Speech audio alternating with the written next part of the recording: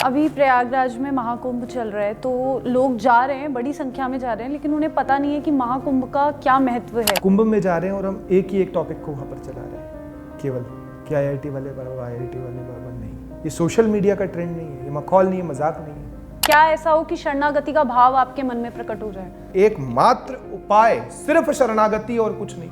कोई भी उपाय, कोई भी मार्ग नहीं है सिवाय भगवान के। सिर्फ भगवान ही उपाय हैं। इसीलिए जिस धर्म की स्थापना भगवान स्वयं करते हैं, अंत में वही अर्जुन को कहते हैं कि सर्वधर्मान परित्यज्य मामेकम शरणम व्रज।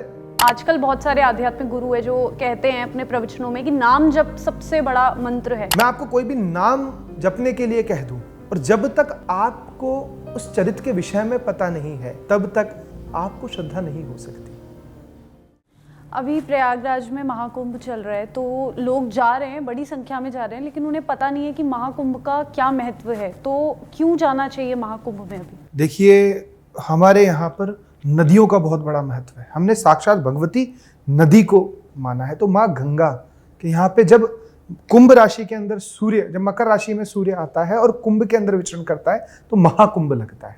तो उस समय पर जितने भी दिव्य संत हैं जो ईश्वर का नाम लेते हैं, जो सदैव भजन में रमे हुए रहते हैं, जो सदैव भजनों की ऊर्जा से अपने साक्षात स्वरूप को पा लेते हैं और ईश्वर के सबसे करीब हो जाते हैं, वह सब उस कुंभ में आकर स्नान करते हैं। क्योंकि माँ गंगा को यह जिम्मेदारी भगवान ने दी थी कि जो भी पापी तुम्हारे अंदर स्नान करेगा उसका पाप मुक्त हो जाएगा। तब गंगा ने भगवान से कहा कि भगवान, वो तो पाप तो मुक्त हो जाएगा, लेकिन मुझ में पाप का भार चढ़ जाएगा, तो मेरा पाप कौन लेगा? तब भगवान ने कहा कि मेरे भक्त, मेरे जो सबसे नजदीक होंगे, जो संत महात्मा होंगे, वो तुम्हारे अंदर स्नान करने से तुम्हारे उस पाप को ले लेंगे और भजन से उस पाप को नष्ट कर देंगे। तो संसार के अंदर जो जितना विकार होता है, उन सारे विकारों को अगर लेने का सामर्थ्य किसी में है, तो वो भगवान के भक्तों में, वो संतों में, महात्माओं में। आज पृथ्वी मनुष्य के स्वार्थों की पूर्ति के लिए नहीं चल रही है। पृथ्वी उन तपस्वियों के तप से चल रही है। क्योंकि अगर पाप का भार ज्यादा बढ़ जाएगा तो सृष्टि का संतुलन बिगड़ जाएगा और यह सृष्टि प्रलय की ओर चल जाएगी। तो महाप्रलय के समय तक इस संसार को प्रलय से बचाने का अगर कोई काम कर रहा है, तो वो हमारे संत महात्मा कर रहे हैं, हमारे महापुरुष कर रहे हैं। जो तमाम आज जो भौतिक लोग हैं या भौतिक लोगों के द्वारा जो भी पाप किए जाते हैं, उन सभी पापों को स्वयं कुंभ में जाकर धारण करते हैं और वापस हिमालयों में जाकर, वापस कुंद्राओं में जाकर, वापस गुफाओं में जाकर उस पाप को नष्ट करते हैं भजन के माध्यम से।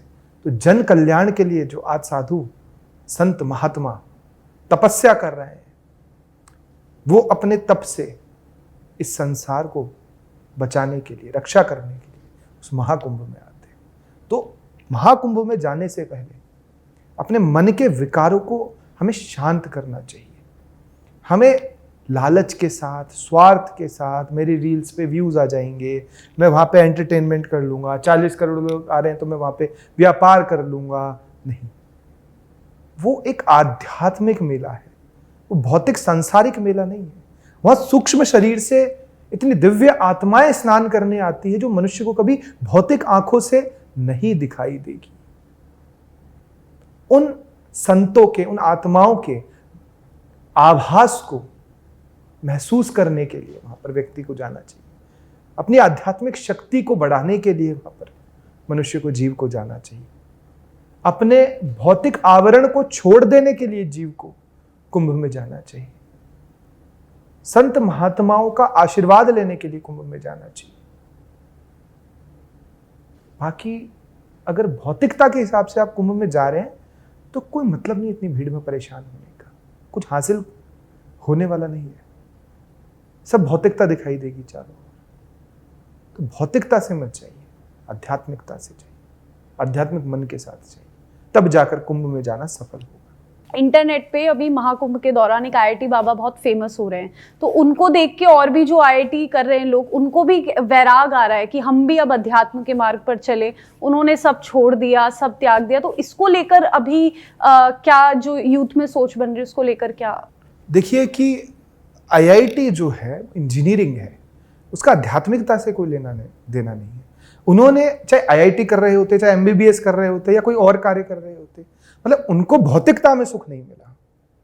जो भी भौतिक गतिविधि वह कर रहे थे, या भौतिक क्या होता है, आईआईटी के अंदर करके एक अच्छा पैकेज उन्हें कहीं मिल जाता, एक अच्छा पैकेज मिल भी रहा था, उस पर वे काम कर रहे थे, लेकिन वहां पे आनंद की प्राप्ति नहीं हुई, वहां पर सुख की प्राप्ति नहीं हुई। इसीलिए उन्होंने इसकी खोज शुरू की, और कहीं ना कहीं आभास उन्हें वहां पर हुआ कि खोज मेरी अध्यात्म में ही पूरी हो सकती है, सत्य का पता मुझे अध्यात्म में ही चल सकता है।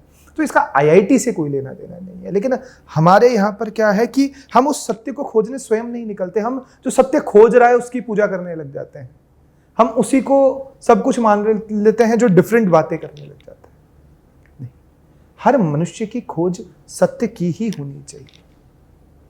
हमारा जो सर्वप्रथम धर्म है वो यही है कि हमें स्वयं को जानना है, हमें स्वयं के स्वरूप में पुनः लौटना है।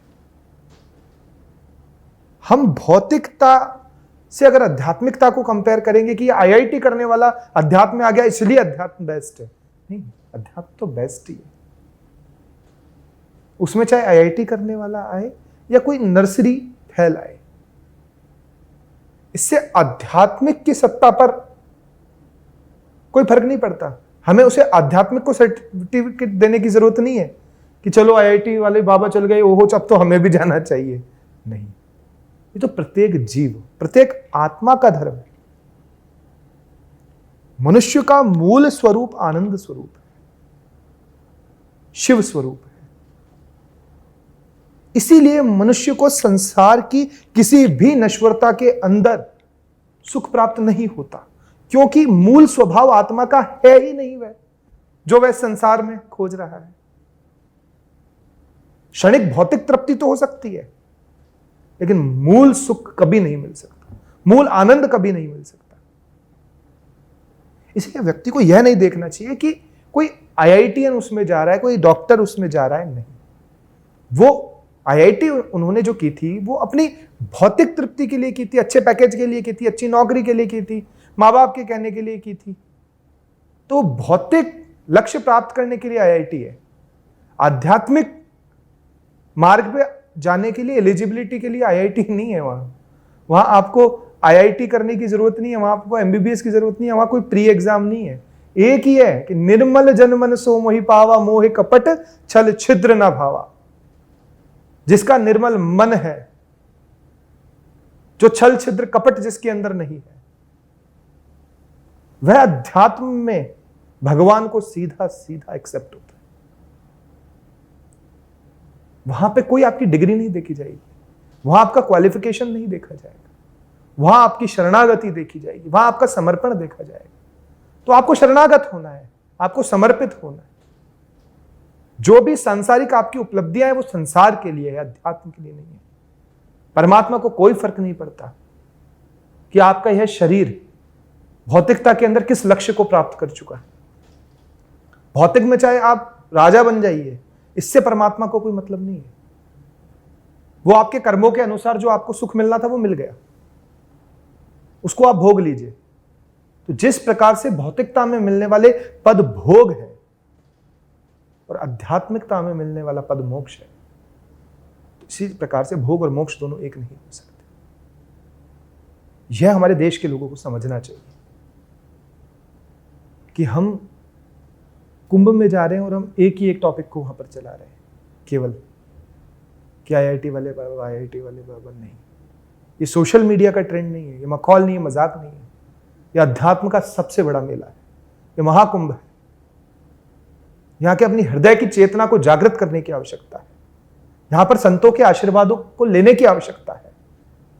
यहां पे स्वयं अध्यात्म के प्रारंभ को करने का अवसर है कि आप कैसे आध्यात्मिक जीवन को यहां से प्रारंभ कीजिए, यहां से आप प्रेरणा लीजिए कि आज कितने साधु महात्मा अपने सारे स्वार्थ को छोड़कर केवल सृष्टि के कल्याण के लिए, केवल जगत के कल्याण के लिए तपस्या कर रहे हैं, ईश्वर में लीन है। उस प्रेरणा को लेने के लिए महाकुंभ है, ना कि सोशल मीडिया ट्रेंड को सेट करने के लिए। हमें समझने की एक इसमें यूथ को एक और कंफ्यूजन होता है कि वैराग किसे कहते हैं, मतलब क्या संन्यास क्या होता है, वैराग क्या होता है, क्या वैराग लेने की जरूरत है या फिर वो अपने आप ही आ जाता है, या फिर क्या वैराग की क्या परिभाषा है? देखिए, संन्यास वैराग के बिना नहीं आता। राग का मिट जाना ही वैराग है। जब इसका मतलब यह नहीं है कि आपको संसार को छोड़ने की आवश्यकता है।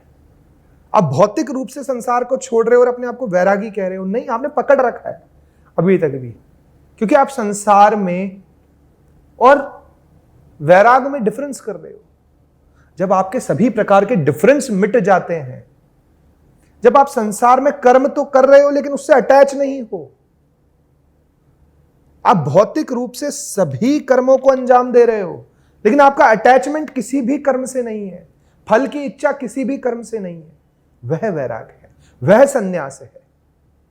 मैं भौतिक रूप से भौतिक कर्मों को करना छोड़ दूं और साइड में बैठकर कहूं कि मुझे तो वैराग हो गया, नहीं।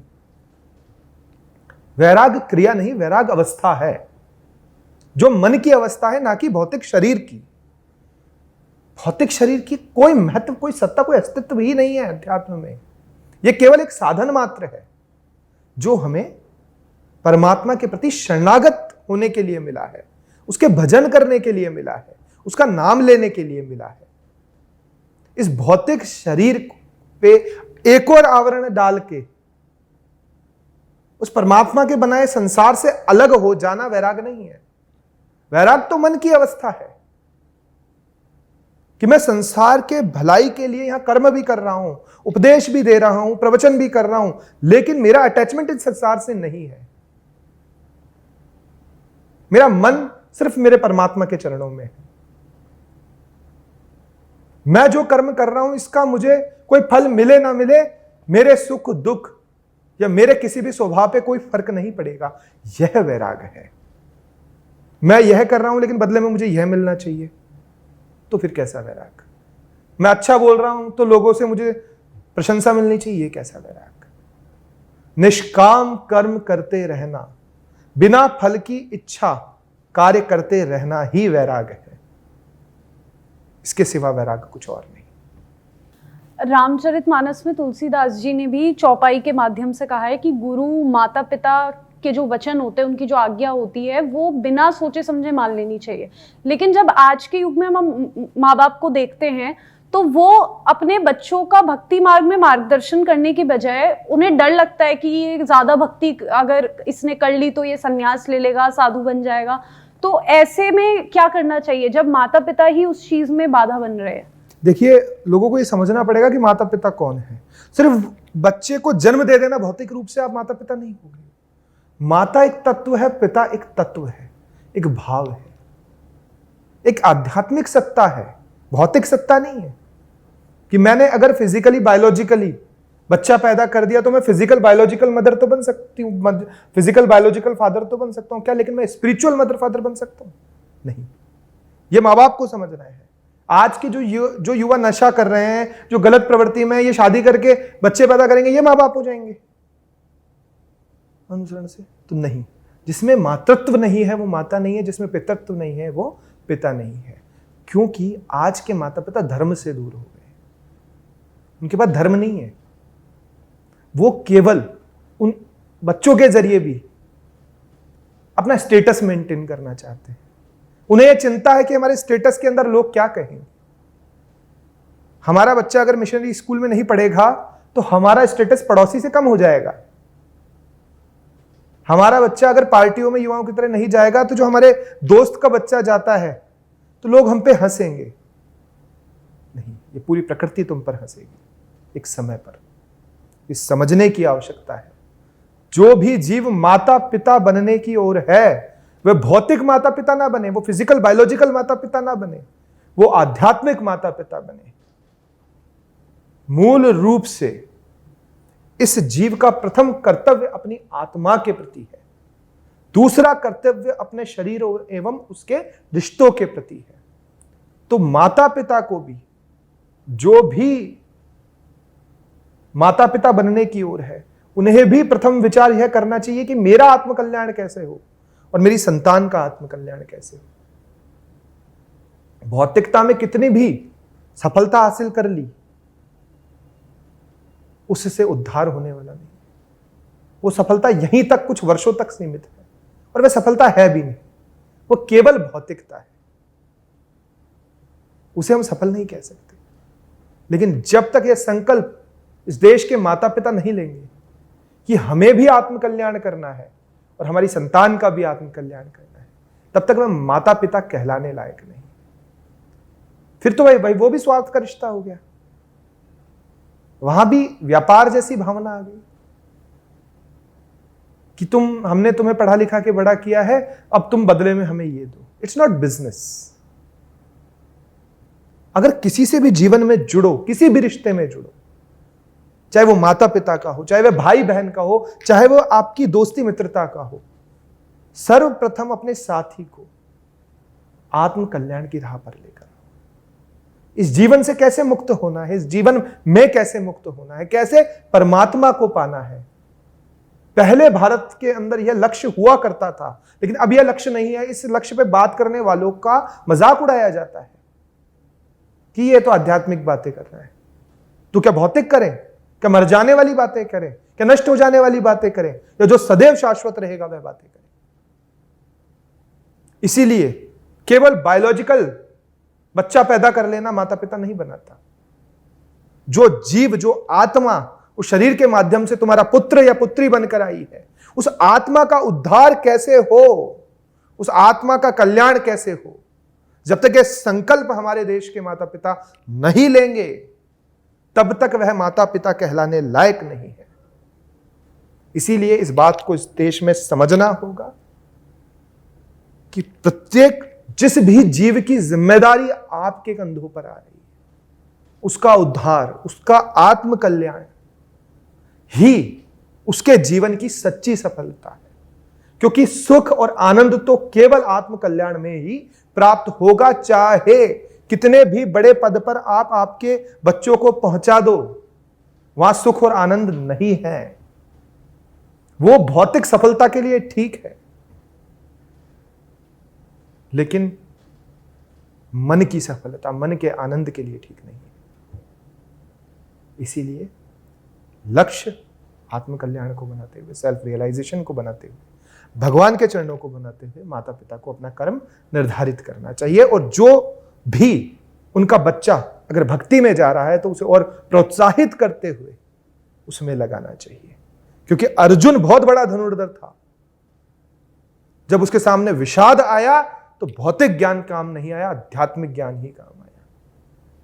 भगवान श्री कृष्ण ने उसे भौतिक ज्ञान नहीं दिया, उसे आध्यात्मिक ज्ञान दिया। उसी से उसने उस युद्ध को जीता। तो आपके बच्चे भी इस कलयुग के अंदर इस जीवन रूपी महाभारत में तभी जीतेंगे जब उनके पास आध्यात्मिक ज्ञान होगा, जब उनके पास आध्यात्मिक सपोर्ट होगा। यह समझने की आवश्यकता है।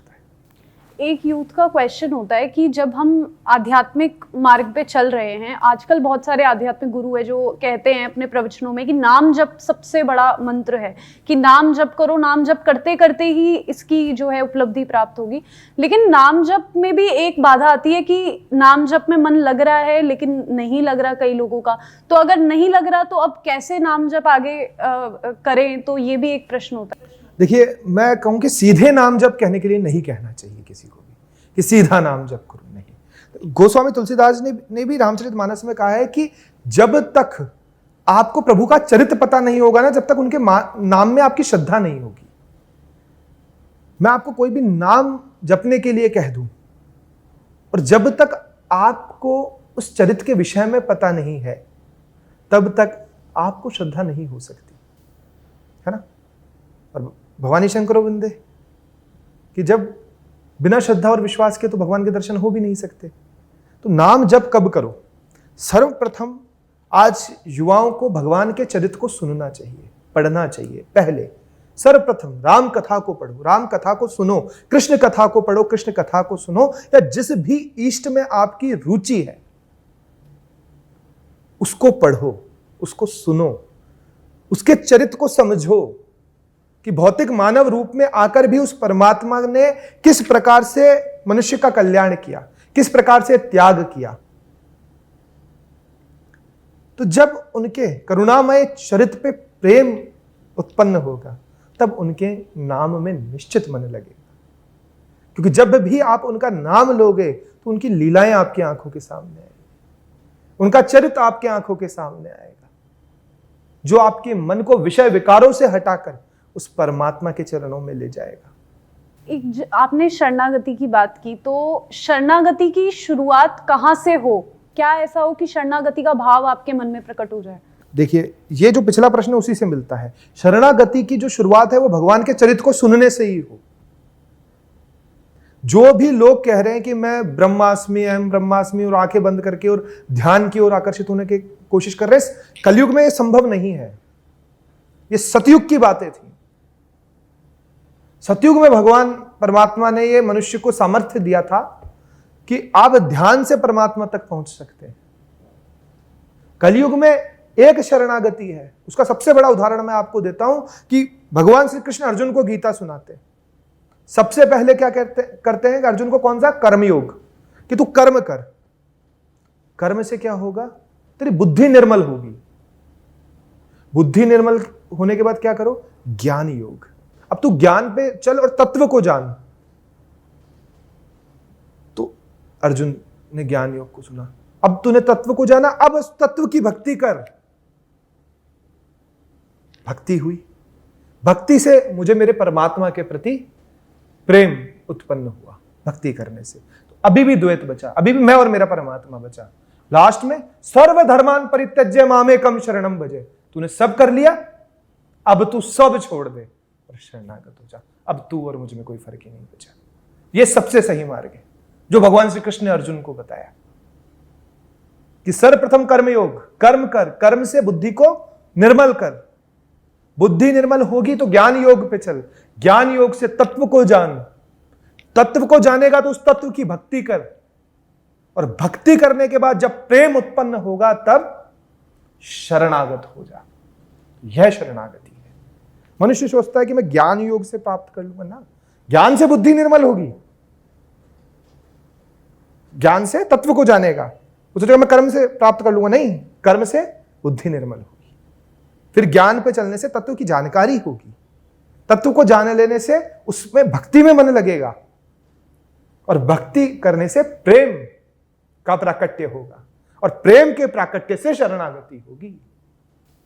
इसीलिए जिस धर्म की स्थापना भगवान स्वयं करते हैं, अंत में वही अर्जुन को कहते हैं कि सर्वधर्मान परित्यज्य मामेकम शरणम व्रज, कि सभी धर्मों को त्याग कर मेरी शरण में आ जा। तो एकमात्र उपाय सिर्फ शरणागति और कुछ नहीं।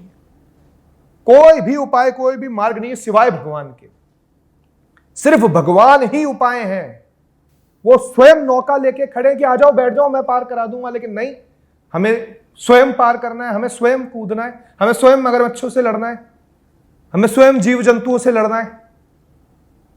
और जबकि ऐसा कोई दिक्कत ही नहीं है, वो सब करना ही नहीं है, आवश्यकता ही नहीं है करने की, सिर्फ शरणागत होना है, शरणागति की उस नाव में बैठना है।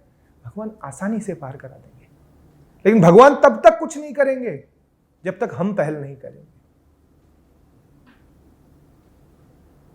भगवान तो सदैव तैयार है, वो तो बैठे हैं। जितनी प्रतीक्षा हमें है उससे ज्यादा प्रतीक्षा भगवान को है। लेकिन भगवान के सामने जाते ही हम क्या कहते हैं? भगवान सोचता है कि ये मेरा भक्त आया, अब ये मुझे मांगेगा और मैं इसे अपना लूंगा, लेकिन नहीं, हम जाते हैं कि भगवान ये कर दे। भगवान कहते हैं ओहो, अभी इसे मैं नहीं चाहिए, अभी इसकी इच्छा कुछ और है, चलो मैं और इंतजार कर लेता हूं। तो आपको वह इच्छा भगवान प्रदान कर देते हैं कि इसके प्रारब्ध के अनुसार इसकी इच्छा की पूर्ति कर देना। लेकिन जो हमारे लिए तत्पर है हम उसे कभी मांगते ही नहीं, जो हमारा है हम उसे कभी मांगते ही नहीं। शरणागति यही है, भगवान के इस भाव को, इस प्रेम को समझ जाना, स्वयं के सभी स्वार्थों को छोड़कर सिर्फ भगवान को ही मांग लेना, सिर्फ भगवान को ही सभी उपाय बना लेना, यही मात्र एक उपाय शरणागति है कलयुग में। कोई कुछ भी कर ले, मैं दावा करता हूं, मैं दावा करता हूं सभी ग्रंथों को पढ़ने के बाद मैं उसका आपको यह एक निचोड़ और एक फल बता रहा हूं।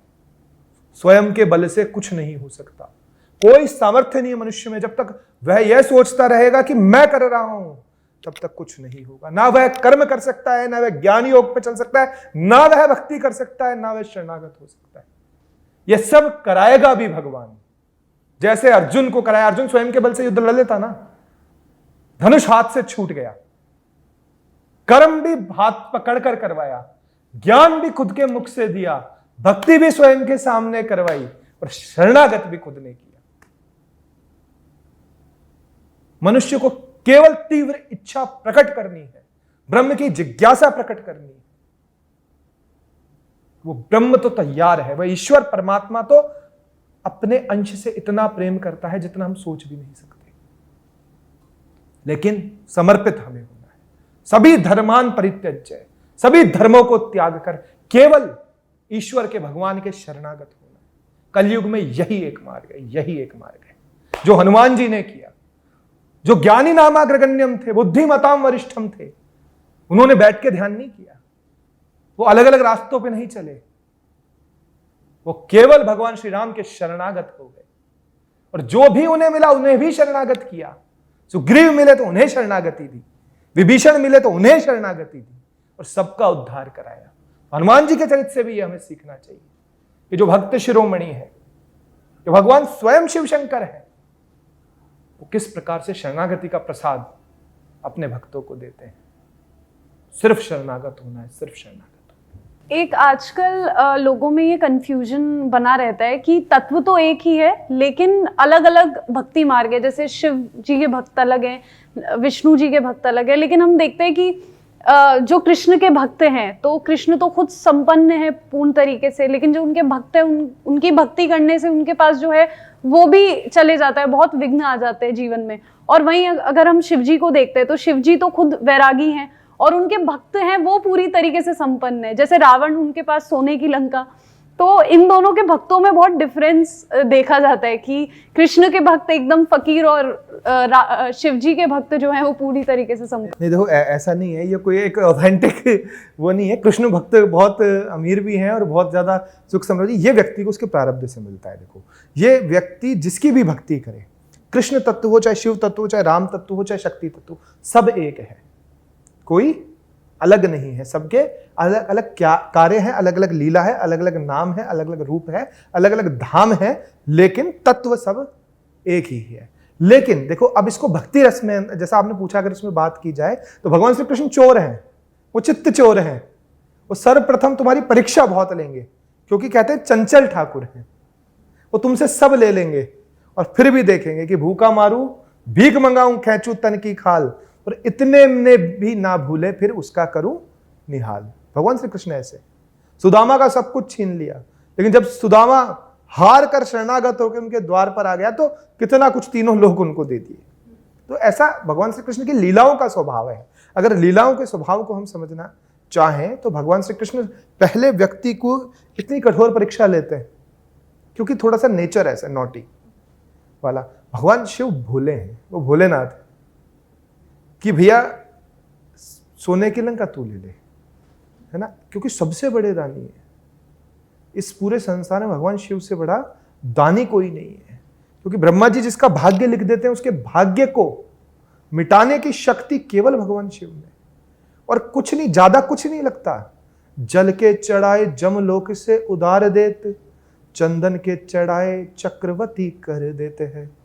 केवल लोटा भर के जल चढ़ाया, जमलोक से उदार देत, चंदन के चढ़ाए चक्रवर्ती कर देते हैं। ऐसे भगवान भोलेनाथ आशुतोष शंकर है। तो एक ये लीलाओं का स्वभाव है उनकी कि वो खुद तो, उन्हें कुछ चाहिए ही नहीं। इससे भोला कोई क्या हो कि मेरा तो मन केवल नाम नाम में लगता है और कहीं मुझे कोई आवश्यकता नहीं। सब कुछ उन्होंने सबको दे दिया, लेकिन राम खुद के पास रख लिए।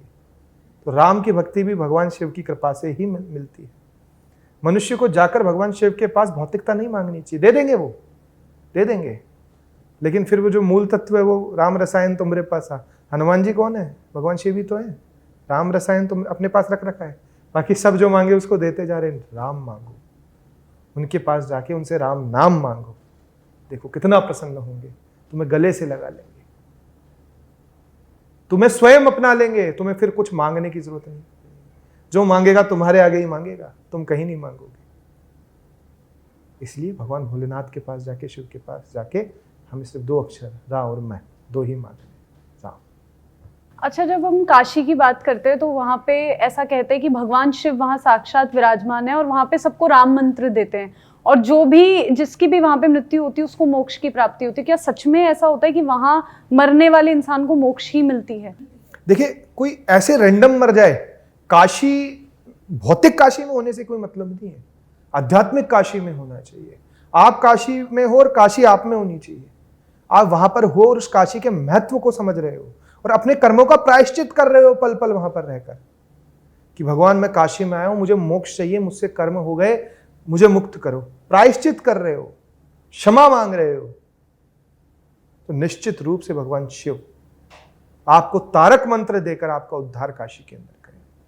लेकिन जिस व्यक्ति को ये पता ही नहीं कि मैं काशी में हूं या मैं कहीं भी हूं, वहां भी वो चोर कर रहा है, वहां भी वो कपट कर रहा है, वहां भी वो छल कर रहा है, उसको इस बात से कोई मतलब ही नहीं है कि काशी की महत्ता क्या है, यहां होने की महत्ता क्या है, मुझसे कोई कर्म बुरा भी हो रहा है क्या, वो जब उसमें शरणागति ही नहीं है, जब उसमें प्रायश्चित ही नहीं है, तो उसके लिए तो फिर काशी लंदन दोनों बराबर है। आप काशी में हो तो काशी भी आप में होनी चाहिए।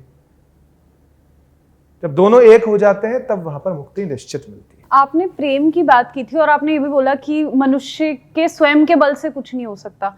तो क्या मनुष्य में इतना बल है कि वो प्रेम भी कर सकता है? प्रेम, क्योंकि सारे ग्रंथों में प्रेम को ही सर्वोच्च बताया है। प्रेम क्रिया नहीं है ना, प्रेम क्रिया नहीं है, प्रेम तत्व है।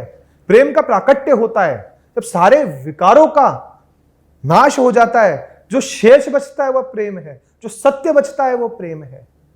इसीलिए तो मैंने कहा कि सभी मार्गों पे चलो, कर्म से बुद्धि को निर्मल करो, ज्ञान से तत्व को जानो, तत्व जानकर उसकी भक्ति करो और भक्ति से सारे विकार मिटा दो, तब जाकर प्रेम का प्राकट्य होता है। और जब प्रेम का प्राकट्य होता है तो स्वयं ईश्वर ही प्रकट हो जाता है, क्योंकि ईश्वर क्या है? प्रेम स्वरूप ही है। क्योंकि प्रेम क्या करता है? कल्याण करता है। शिव का अर्थ क्या होता है? कल्याण होता है। भगवान का अर्थ भी क्या होता है? कल्याण होता है। मनुष्य का कल्याण तभी है जब प्रेम का प्राकट्य हो, और प्रेम का प्राकट्य कब होगा? जब अन्य सभी विकार मिट जाएंगे,